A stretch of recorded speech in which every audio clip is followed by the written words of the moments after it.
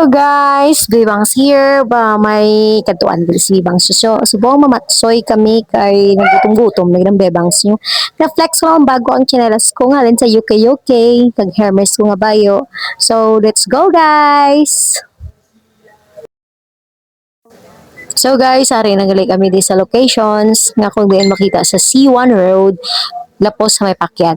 Kung gusto nyo magkadto di guys, just PM me. Kay may service charge tudloan pa mo char. Charity lang ah. Oo, agree lang gali guys. So, kanami kitigali isang lugar guys, kabugnaw kag more flowers, kag ang place as sinami kaya guys. Eco-friendly, bao eco-friendly. Basta nami kaya yung place you guys because there's a lot of kahoy. And of course, may mga lang syempre umana di guys ano expect nyo simintado tanan char lang ah. So guys, balik di gali sa amon nga gin nga kanaan bali guys. Area flex ko lang ang amon nga gin order it's batchoy special o di ba?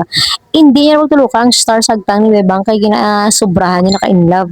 Tululubo mga konggodan niya. So that's it guys for today's video. Papuli na kami. Bye. Be kind. Thank you for watching. Bye-bye.